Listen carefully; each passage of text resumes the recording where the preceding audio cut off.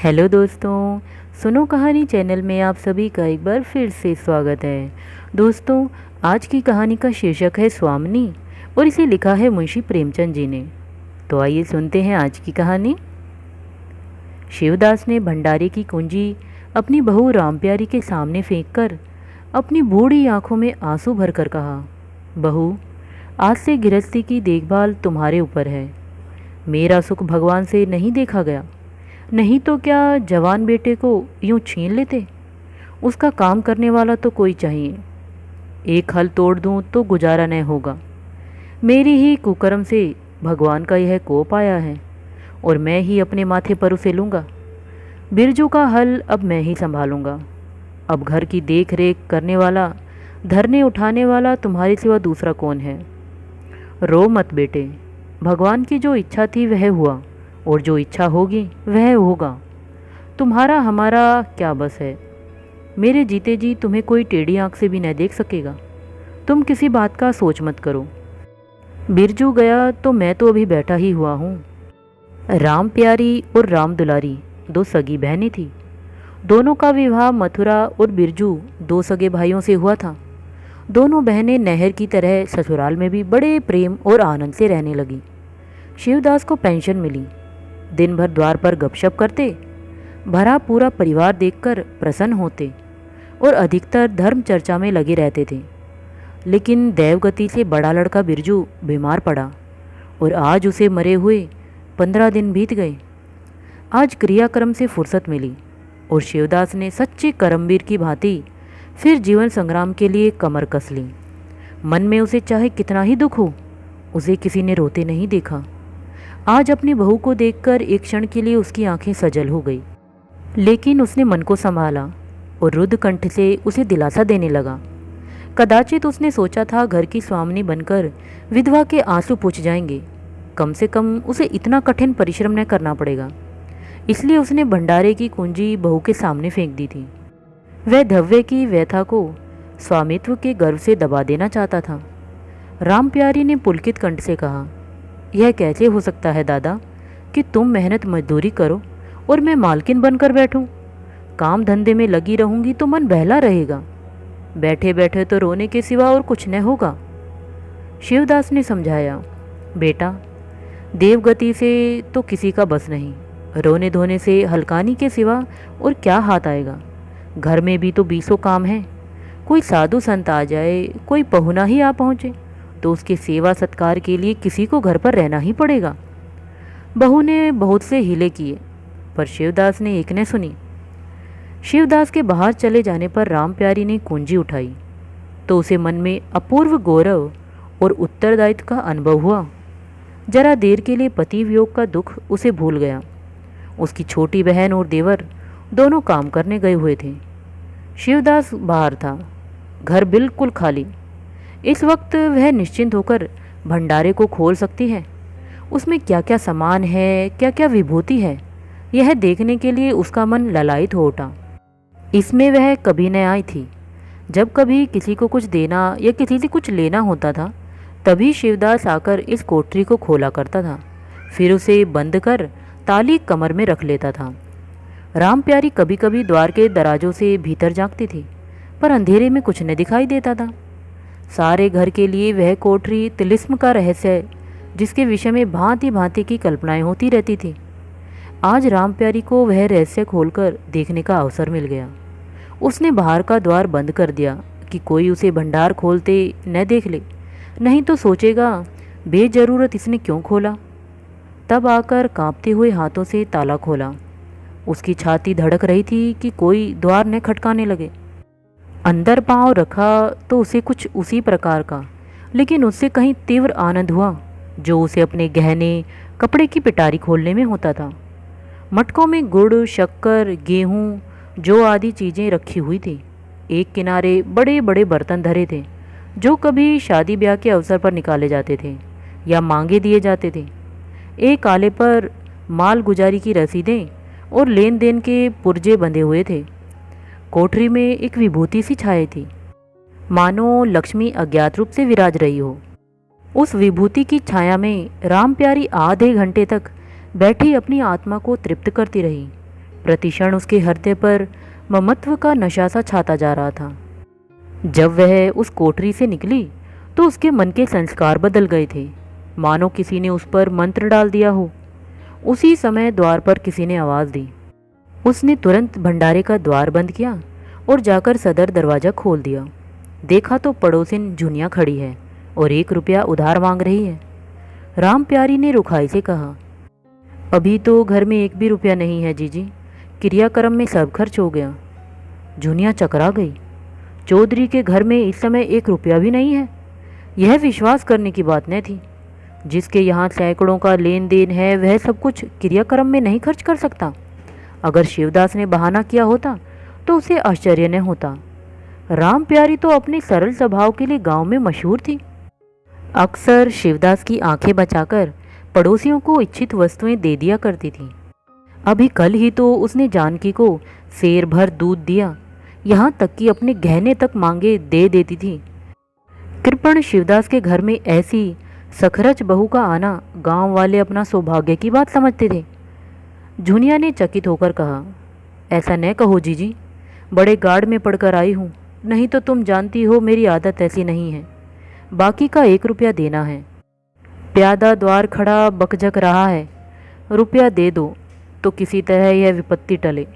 मैं आज से 8वें दिन आकर दे जाऊंगी। गांव में और कौन घर है जहां मांगने जाऊं? राम प्यारी टस से मसने हुई। उसके जाते ही राम प्यारी सांझ के लिए रसोई पानी का इंतजाम करने लगी। पहले चावल दाल बीनना पहाड़ लगता था और रसोई में जाना तो सूली पर चढ़ने से कम न था। कुछ देर दोनों बहनों में झाँव झाँव होती, तब शिवदास आकर कहते, क्या आज रसोई न बनेगी? तो 2 में से एक उठती और मोटे मोटे टिक्कर लगाकर रख देती, मानो बैलों का राबित हो। आज प्यारी तन मन से रसोई के प्रबंध में लगी हुई है। अब वह घर की स्वामिनी है। तब उसने बाहर निकलकर देखा, कितना कूड़ा करगट पड़ा हुआ है। बुढ़ऊ दिन भर मक्खी मारा करते हैं, इतना भी नहीं होता कि जरा झाड़ू ही लगा दें। अब क्या इनसे इतना भी नहीं होगा? द्वार ऐसा चिकना चाहिए कि देखकर आदमी का मन प्रसन्न हो जाए, यह नहीं कि उबकाई आने लगे। अभी कह दूं तो तिनक उठेंगे। अच्छा, मुन्नी नाद से अलग क्यों खड़ी है? उसने मुन्नी के पास जाकर नाद में झांका। दुर्गंध आ रही थी। ठीक मालूम होता है महीनों से पानी ही नहीं बदला गया। इस तरह तो गाय रह चुकी, अपना पेट भर लिया, छुट्टी हुई, और किसी से क्या मतलब। हाँ, दूध सबको अच्छा लगता है। दादा द्वार पर बैठे चिलम पी रहे हैं, वह भी 3 कोड़ी का। खाने को 1.5 सेर, काम करते नानी मरती है। आज आता है तो पूछती हूँ, नांद में पानी क्यों नहीं बदला? रहना है तो रहे या जाए, आदमी बहुत मिलेंगे। चारों ओर तो लोग मारे मारे फिर रहे हैं। आखिर उससे न रहा गया, घड़ा उठाकर पानी लाने चली। शिवदास ने पुकारा, पानी का क्या होगा बहू, इसमें पानी भरा हुआ है। प्यारी ने कहा, नांद का पानी सड़ गया है। मुन्नी भूसे में मुंह नहीं डालती, देखते नहीं हो, कोस भर खड़ी है। शिवदास मार्ग में भाव से मुस्कुराए और आकर बहू के हाथ से घड़ा ले लिया। कई महीने बीत गए। प्यारी के अधिकार में आते ही उस घर में जैसे बसंत आ गया। भीतर बाहर जहाँ देखिए किसी निपुण प्रबंधक के हस्त कौशल, सुविचार और सुरुचि के चिन्ह दिखते थे। प्यारी ने गृह यंत्र की ऐसी चाबी कस दी थी कि सभी पुर्जे ठीक ठाक चलने लगे थे। भोजन पहले से अच्छा मिलता है और समय पर मिलता है। दूध ज़्यादा होता है, घी ज़्यादा होता है और काम ज़्यादा होता है। प्यारी न खुद विश्राम लेती है, न दूसरों को विश्राम लेने देती है। घर में कुछ ऐसी बरकत आ गई है कि जो चीज़ मांगो घर में ही निकल आती है। आदमी से लेकर जानवर तक सभी स्वस्थ दिखाई देते हैं। अब वह पहले की सी दशा नहीं है कि कोई चीथड़े लपेटे घूम रहा है, किसी को गहने की धुन सवार है। हाँ, अगर कोई रुग्ण और चिंतित तथा मलिन द्वेष में है तो वह प्यारी है। फिर भी सारा घर उससे जलता है। यहाँ तक कि बूढ़े शिवदास भी कभी कभी उसकी बदगोई करते हैं। किसी को पहर रात रहे उठना अच्छा नहीं लगता।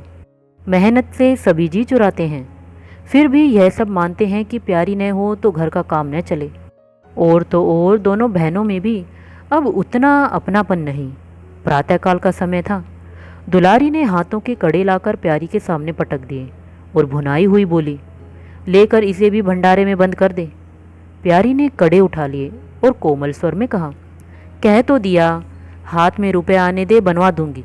अभी ऐसा घिस नहीं गया है कि आज ही उतार कर फेंक दिया जाए। दुलारी लड़ने को तैयार होकर आई थी। बोली, तेरे हाथ में काहे को कभी रुपए आएंगे और काहे को कड़े बनेंगे? जोड़ तोड़ रखने में मज़ा आता है न?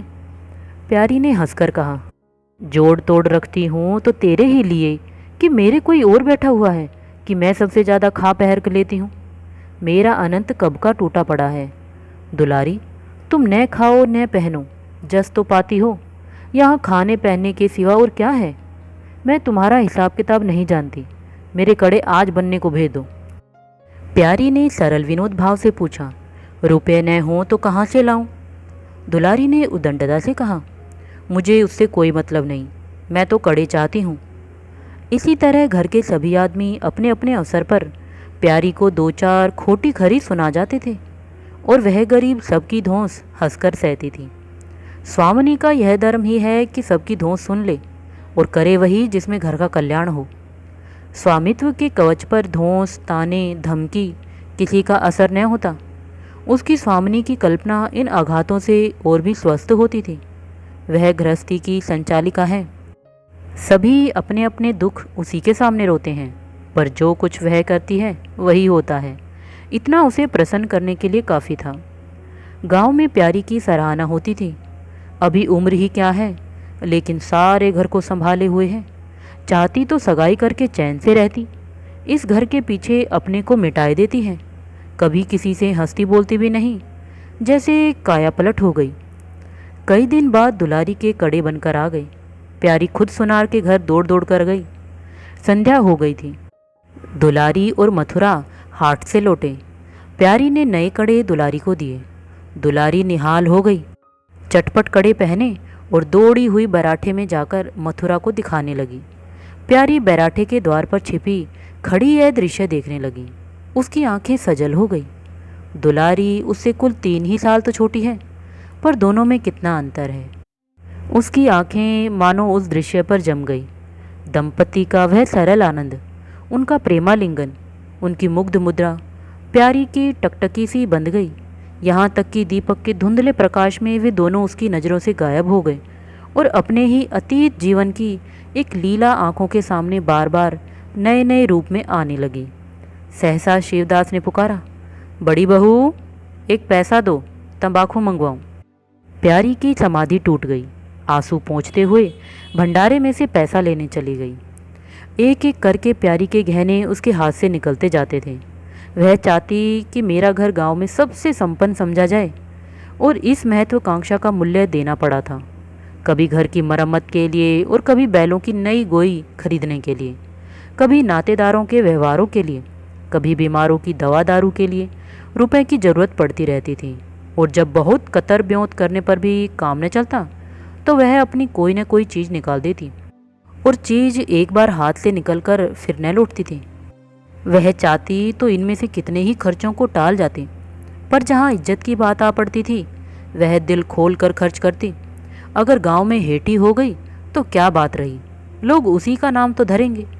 दुलारी के पास भी गहने थे, 2-1 चीज़ें मथुरा के पास भी थी, लेकिन प्यारी उनकी चीज़ें न छूती। उनके खाने पहने के दिन हैं, वे इस जंजाल में क्यों फंसे। दुलारी को लड़का हुआ तो प्यारी ने धूम से जन्मोत्सव मनाने का प्रस्ताव किया। शिवदास ने विरोध किया। क्या फ़ायदा, जब भगवान की दया से सगाई ब्याह के दिन आएंगे तो धूमधाम कर लेना। प्यारी का हौसलों से भरा दिल भला क्यों मानता। बोली, कैसी बात करते हो दादा, पहलौठी लड़के के लिए भी धूमधाम न हुई तो कब होगी। मन तो नहीं मानता, फिर दुनिया क्या कहेगी। नाम बड़े दर्शन थोड़े। मैं तुमसे कुछ नहीं मांगती, अपना सारा सरेजाम कर लूँगी। गहनों के माथे जाएगी और क्या। शिवदास ने चिंतित होकर कहा, इस तरह एक दिन धागा भी न बचेगा। कितना समझाया बेटा, भाई भौजाई किसी के नहीं होते। अपने पास 2 चीज़ें रहेंगी तो सब मुंह जोहेंगे, नहीं तो कोई सीधी बात भी नहीं करेगा। प्यारी ने ऐसा मुंह बनाया मानो वह ऐसी बूढ़ी बातें बहुत सुन चुकी है और बोली, जो अपने हैं वे भी न पूछें तो भी अपने ही रहते हैं। मेरा धर्म मेरे साथ है, उनका धर्म उनके साथ है। मर जाऊंगी तो क्या छाती पर लाद ले जाऊंगी। धूमधाम से जन्मोत्सव मनाया गया। बरही के दिन सारी बिरादरी का भोज हुआ। लोग खा पीकर चले गए। प्यारी दिन भर की थकी मांदी आंगन में एक टाट का टुकड़ा बिछाकर कमर सीधी करने लगी। आंखें झपक गई। मथुरा उसी वक्त घर में आया। नवजात पुत्र को देखने के लिए उसका चित्त व्याकुल हो रहा था। दुलारी सौर ग्रह से निकल चुकी थी। गर्भावस्था में उसकी देह क्षीण हो गई थी। मुंह भी उतर गया था, पर आज स्वस्थता की लालिमा मुख पर छाई हुई थी। मातृत्व के गर्व और आनंद ने आंखों में संजीवनी सी भर रखी थी। सोहर के संयम और पौष्टिक भोजन ने देह को चिकना कर दिया था। मथुरा उसे आंगन में से देखते ही समीप आ गया और एक बार प्यारी की ओर ताककर उसके निद्रामग्न होने का निश्चय करके उसने शिशु को गोद में ले लिया और उसका मुंह चूमने लगा। आहट पाकर प्यारी की आंखें खुल गई, पर उसने नींद का बहाना किया और अध खुली आंखों से यह आनंद क्रीड़ा देखने लगी। माता और पिता दोनों बारी बारी से बालक को चूमते, गले लगाते और उसके मुख को निहारते। कितना स्वर्गीय आनंद था। प्यारी की तृष्ण लालसा एक क्षण के लिए स्वामिनी को भूल गई। जैसे लगाम मुखबद्ध बोझ से लदा हुआ हाँकने वाले के चाबुक से पीड़ित दौड़ते दौड़ते बेदम तुरंग हिन हिनाने की आवाज़ सुनकर कनौतियाँ खड़ी कर लेता है और परिस्थिति को भूलकर एक दबी हुई हिनहिनाहट से उसका जवाब देता है। कुछ वही दशा प्यारी की हुई।